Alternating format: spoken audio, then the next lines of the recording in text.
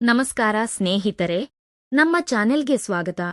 ನನ್ನ ಹೆಸರು ಮನೋಜ್. ಸಂಜೆ 6 ಗಂಟೆಗೆ ನಾನು ಬಸ್ಸಿನಿಂದ ಇಳಿದು ರಿಕ್ಷಾದಲ್ಲಿ ನನ್ನ ಗ್ರಾಮಕ್ಕೆ ಹೋಗುತ್ತಿದ್ದೆ. ನಾನು ಹಳ್ಳಿಯ ಬಗ್ಗೆ ಚೆನ್ನಾಗಿ ತಿಳಿದಿದ್ದೆ. ಆದ್ದರಿಂದ ನನ್ನ ಚಿಕ್ಕಮ್ಮನ ವಿಳಾಸವನ್ನು ಹುಡುಕಲು ನನಗೆ ಯಾವುದೇ ತೊಂದರೆಯಾಗಲಿಲ್ಲ. ನನ್ನ ಚಿಕ್ಕಪ್ಪ ಇತ್ತೀಚೆಗೆ ಬೆಂಗಳೂರಿಗೆ ವರ್ಗಾವಣೆಯಾಗಿ ಬಂದಿದ್ದರು. ನನ್ನ ಚಿಕ್ಕಮ್ಮ ನನ್ನ ತಂದೆಯ ಸಹೋದರಿ. ಆದ್ದರಿಂದ ನಾನು ಬಾಲ್ಯದಲ್ಲಿ ಅವರನ್ನು ಆಗಾಗ್ಗೆ ಭೇಟಿಯಾಗುತ್ತಿದ್ದೆ. ಕಳೆದ 4 ವರ್ಷಗಳಿಂದ ನಾನು ಇಂಜಿನಿಯರಿಂಗ್ ಓದುವುದರಲ್ಲಿ ಬಿಜಿಯಾಗಿದ್ದೆ. ಹಾಗಾಗಿ ನಾನು ಯಾವುದೇ ಸಂಬಂಧಿಕರನ್ನು ಭೇಟಿಯಾಗಲು ಸಾಧ್ಯವಾಗಲಿಲ್ಲ. ಇತ್ತೀಚೆಗೆ ಪರೀಕ್ಷೆಗಳು ಮುಗಿದಿದ್ದವು. ಆದ್ದರಿಂದ ಫಲಿತಾಂಶ ಬರುವವರೆಗೆ ಕೆಲವು ದಿನಗಳನ್ನು ಕಳೆಯಲು ನನ್ನ ತಾಯಿ ನನ್ನನ್ನು ಚಿಕ್ಕಮ್ಮನ ಮನೆಗೆ ಕಳುಹಿಸಿದಳು. ಚಿಕ್ಕಮ್ಮ ಮತ್ತು ಚಿಕ್ಕಪ್ಪನಿಗೆ 2 ಮಕ್ಕಳಿದ್ದಾರೆ. ಹಿರಿಯ ಮಗ ಪ್ರವೀಣ್ ಇತ್ತೀಚೆಗೆ ಮುಂಬೈಗೆ ಹೋಗಿ ಅಲ್ಲಿನ ದೊಡ್ಡ ಸಾಫ್ಟ್ವೇರ್ ಕಂಪನಿಯಲ್ಲಿ ಕೆಲಸ ಮಾಡುತ್ತಿದ್ದಾನೆ. ಎರಡನೆಯ ಮಗಳು ಸಂಗೀತ ಇಂಜಿನಿಯರಿಂಗ್ ಮೊದಲ ವರ್ಷದಲ್ಲಿ ಓದುತ್ತಿದ್ದಾಳೆ. ಅವಳು ಯಾವಾಗಲೂ ಉತ್ಸಾಹಭರಿತವಾಗಿರುತ್ತಾಳೆ. ಮಳೆಯಾಗುವ ಸಾಧ್ಯತೆ ಇತ್ತು. ಹಾಗಾಗಿ ನಾನು ಬೇಗನೆ ರಿಕ್ಷಾದಿಂದ ಇಳಿದು ಮನೆ ಕಡೆಗೆ ಹೋದೆ. ದೂರದಿಂದ ನೋಡಿದರೆ ಮನೆ ಚಿಕ್ಕದಾಗಿ ಕಾಣಿಸುತ್ತಿತ್ತು. ಮನೆಯ ಸುತ್ತಲೂ ದೊಡ್ಡ ಕಾಂಪೌಂಡ್ ಇತ್ತು. ನಾನು ಕಾಲಿಂಗ್ ಬೆಲ್ ಒತ್ತಿದಾಗ ಕೆಲಸದವಳು ಬಾಗಿಲು ತೆರೆದಳು. ನಾನು ಯಾರೆಂದು ಹೇಳಿ ಒಳಗೆ ಹೋದೆ. ಚಿಕ್ಕಮ್ಮ ಯಾವುದೋ ಮುಖ್ಯ ಕೆಲಸದ ನಿಮಿತ್ತ ಅನಾರೋಗ್ಯದಿಂದ ಬಳಲುತ್ತಿರುವ ಸಂಬಂಧಿಕರನ್ನು ನೋಡಲು ಹೋಗಬೇಕಾಗಿದ್ದರಿಂದ 1 ಗಂಟೆ ಮೊದಲೇ ಹೊರಟಿದ್ದಾಳೆ ಎಂದು ಕೆಲಸದವಳು ಹೇಳಿದಳು. ಎಲ್ಲರೂ ಹೊರಟು ಹೋದರ ಎಂದು ನಾನು ಆತಂಕದಿಂದ ಕೇಳಿದೆ. ಸಂಗೀತ ಹೊರಗೆ ಹೋಗಿಲ್ಲ, ಅವಳು ಕಂಪ್ಯೂಟರ್ ತರಗತಿಗೆ ಹೋಗಿದ್ದಾಳೆ ಎಂದು ಕೆಲಸದವಳು ಹೇಳಿದಳು. ನನಗೆ ಒಂಟಿತನ ಕಾಡುತ್ತಿತ್ತು. ನಾನು ಹೊರಗೆ ಸುತ್ತಾಡಲು ಹೋಗೋಣ ಎಂದು ಯೋಚಿಸುತ್ತಿದ್ದೆ. ಅಷ್ಟರಲ್ಲಿ ಮಳೆ ಶುರುವಾಯಿತು. ನಾನು ಬಟ್ಟೆ ಬದಲಾಯಿಸಿದೆ. ಕೆಲಸದವಳು ಕೊಟ್ಟ ಕಾಫಿ ಕುಡಿಯುತ್ತಾ ಹೊರಗಿನ ಮಳೆಯನ್ನು ನೋಡುತ್ತಿದ್ದೆ. ಮಳೆ ಸ್ವಲ್ಪ ಕಡಿಮೆಯಾದಾಗ ಮನೆಯ ಮುಂದೆ ಒಂದು ರಿಕ್ಷಾ ಬಂದು ನಿಂತಿತು. ಸಂಗೀತ ನನ್ನನ್ನು ನೋಡಿ ಖುಷಿಯಿಂದ ಹಾಯ್ ಮನೋ, ನೀನು ಯಾವಾಗ ಬಂದೆ ಎಂದು ಕೇಳಿದಳು. ಸಂಗೀತ ಸಂಪೂರ್ಣವಾಗಿ ಆಗಿ ನೆನೆದು ಹೋಗಿದ್ದಳು. ನನ್ನ ಭಾವನೆಗಳನ್ನು ತಡೆಯಲು ನನಗೆ ಸಾಧ್ಯವಾಗಲಿಲ್ಲ. ಅವಳನ್ನು ನೋಡುತ್ತಾ ನಿಂತುಬಿಟ್ಟೆ. ಸಂಗೀತ ಈಗ 21 ವರ್ಷದವಳಾಗಿದ್ದಳು. ಅವಳು ತೆಳ್ಳಗೂ ಇರಲಿಲ್ಲ, ದಪ್ಪಗೂ ಇರಲಿಲ್ಲ. ಅವಳು ಬೆಳ್ಳಗಿದ್ದಳು. ಮಳೆಯಿಂದಾಗಿ ಅವಳು ತುಂಬಾ ಸುಂದರವಾಗಿ ಕಾಣುತ್ತಿದ್ದಳು. ನಾನು ಈಗ ಬರುತ್ತೇನೆ ಎಂದು ಹೇಳಿ ಅಡುಗೆ ಮನೆಯ ಮೂಲಕ ಸ್ನಾನಗೃಹಕ್ಕೆ ಹೋದಳು. ಸ್ವಲ್ಪ ಸಮಯದ ನಂತರ ನಾನು ಇನ್ನಷ್ಟು ಕಾಫಿ ಇದೆ ಎಂದು ನೋಡಲು ಅಡುಗೆ ಮನೆಗೆ ಹೋದೆ. ಕಾಫಿ ತೆಗೆದುಕೊಂಡು ಹಿಂದಿರುಗುವಾಗ ಅರಿವಿಲ್ಲದೆ ನನ್ನ ಕಣ್ಣು ಕಿಟಕಿಯಿಂದ ಸಂಗೀತಾಳ ಮೇಲೆ ಬಿತ್ತು. ನನ್ನ ಹೃದಯ ಬಲವಾಗಿ ಬಡಿಯಲು ಪ್ರಾರಂಭಿಸಿದ್ದು. ಇದು ತಪ್ಪು ಎಂದು ನನ್ನ ಮನಸ್ಸು ಹೇಳುತ್ತಿತ್ತು. ಆದರೆ ನಾನು ನನ್ನ ಕಣ್ಣುಗಳನ್ನು ತೆಗೆಯಲು ಸಾಧ್ಯವಾಗಲಿಲ್ಲ.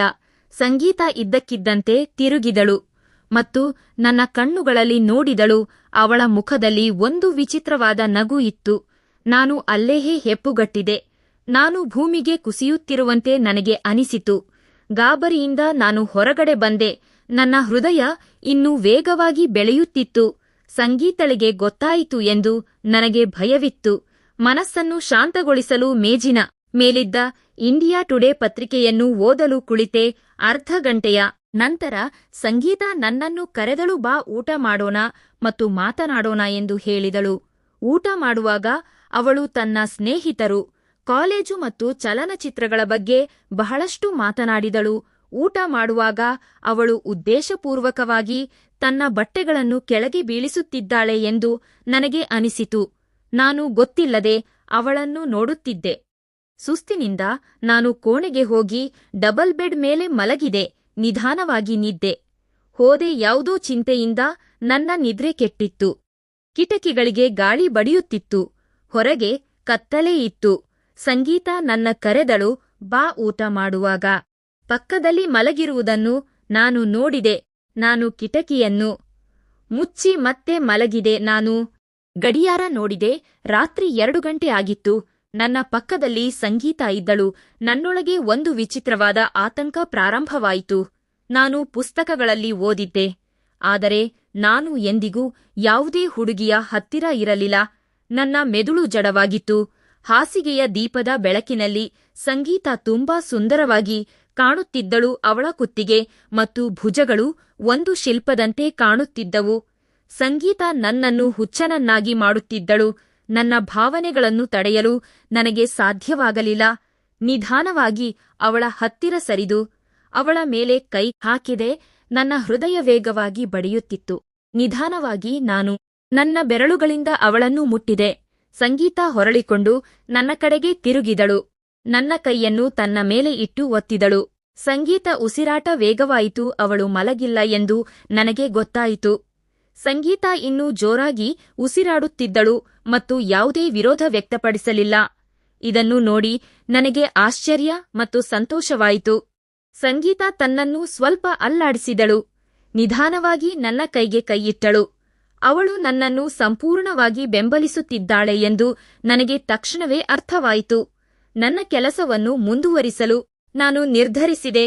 ಅವಳು ನಿಧಾನವಾಗಿ ಉಸಿರಾಡುತ್ತಿದ್ದ. ಹೊರಗೆ ಜೋರಾಗಿ ಮಳೆ ಬರುತ್ತಿತ್ತು. ನಾನು ಮೌನ ಮುರಿದು ಸಂಗೀತಳಿಗೆ ಸಂತೋಷ ಕೊಡಲು ಪ್ರಾರಂಭಿಸಿದೆ. ಅವಳ ಭುಜದ ಮೇಲೆ ಕೈಗಳನ್ನಿಟ್ಟು ನನ್ನ ಬೆರಳುಗಳಿಂದ ನಿಧಾನವಾಗಿ ಖರ್ಚುಗುಳಿ ಇಟ್ಟೆ. ಆಗ ಅವಳು ನಾಚಿಕೊಂಡಳು. ಸಂಗೀತ ನಿಧಾನವಾಗಿ ದಯವಿಟ್ಟು ಇನ್ನು ನಾನು ನಗಲು ಸಾಧ್ಯವಿಲ್ಲ ಎಂದಳು. ನೀನು ನಕರೆ, ನಾನು ಏನು ಮಾಡುತ್ತೇನೆ ಎಂದು ಕೇಳಿದೆ.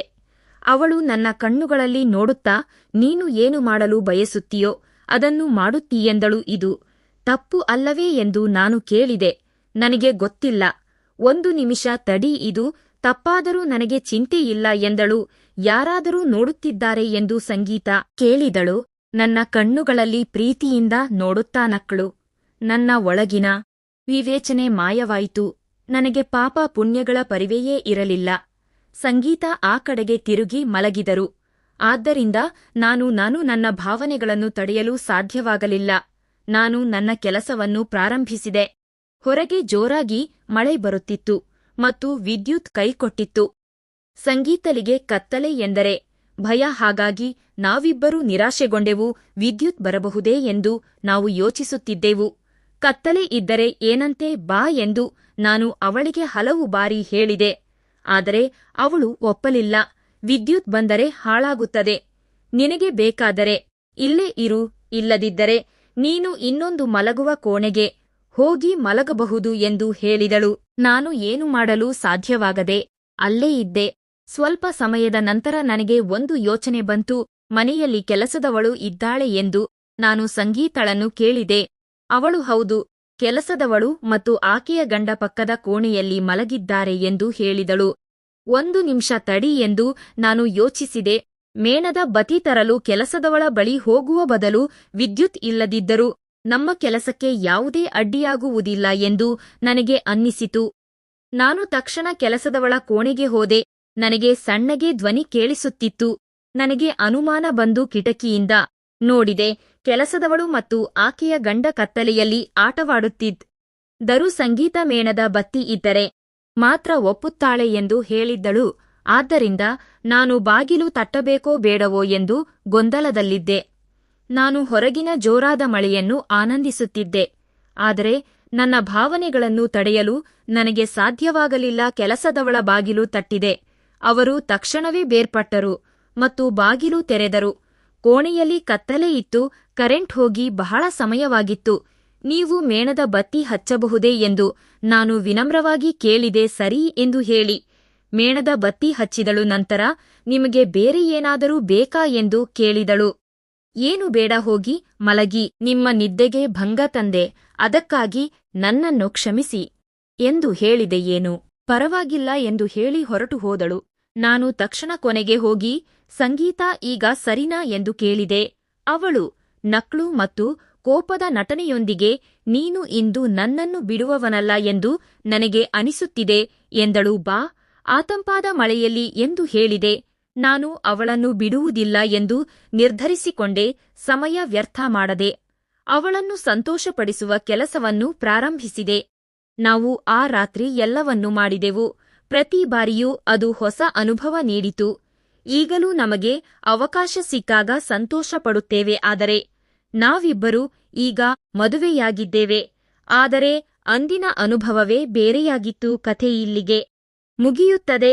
ನಿಮಗೆ ಕಥೆ ಇಷ್ಟವಾದಲ್ಲಿ ಲೈಕ್ ಮಾಡಿ, ಶೇರ್ ಮಾಡಿ ಮತ್ತು ಕಾಮೆಂಟ್ ಮಾಡಲು ಮರೆಯಬೇಡಿ. ಇಂತಹ ಇನ್ನಷ್ಟು ಮೋಜಿನ ಕಥೆಗಳಿಗಾಗಿ ನನ್ನ ಚಾನಲ್ ಅನ್ನು ಸಬ್ಸ್ಕ್ರೈಬ್ ಮಾಡಿ. ಧನ್ಯವಾದಗಳು.